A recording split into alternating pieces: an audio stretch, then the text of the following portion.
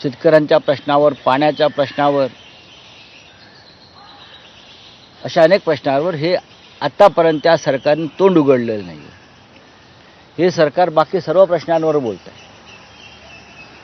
सगळ्या प्रश्नांवर बोलेल, राजकीय प्रश्नांवर बोलेल, व्यक्तिगत प्रश्नांवर बोलतील, विरोधकांवर बोलतील, पण शेतकऱ्यांच्या आत्महत्यांवरती हे सरकार बोलायला तयार नाही. बुलढाण्यातल्या ज्या तरुण शेतकऱ्याला त्याला कृषी क्षेत्रातला पुरस्कार मिळाला होता, बरोबर ना?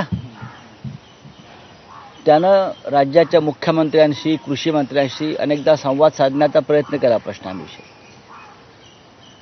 त्याला प्रतिसाद मिळाला नाही आणि शेवटी वैफल्यग्रस्त होऊन त्याने आत्महत्या केली.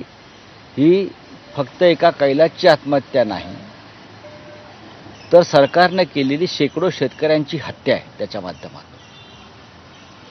कैलासच्या आत्महत्येचं पातक या सरकारवर आहे आणि या सदोष मनुष्यवधाचा गुन्हा कोणावर दाखल करावा, कैलास यांच्या, त्याचा खुलासा राज्याच्या मुख्यमंत्र्यांनी करणं गरजेचं आहे.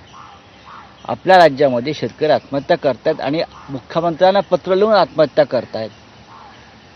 आणि असामान्य शेतकरी आहे, त्याने शेतीमध्ये अनेक बदल घडवायचा प्रयत्न केला, जलसिंचनाचे प्रयोग केले, शेतकऱ्यांच्या आंदोलनात तो सहभागी झाला आणि शेवटी सरकार काहीच करत नाही. हे सरकार निकम्म आहे फडणवीस, शिंदे आणि अजित पवारांचं, म्हणून त्यांनी आत्महत्या केली. याची लाज वाटत नाही का या सरकारला? हे सरकार खोक्या बोक्या ठोक्याच्या मागे लागलंय, बरोबर आहे हो CMच्या भाषेमध्ये, पण सरकार शेतकऱ्यांचे प्रश्न कधी सोडवणार? शेतकऱ्यांना दिलेली वचनं कधी पूर्ण करणार? आपलाच जाहीरनामा पुन्हा एकदा वाचावा अजित पवारांनी, शिंद्यांनी आणि मिस्टर देवेंद्र फडणवीस यांनी. माफी मागितली पाहिजे या आत्महत्या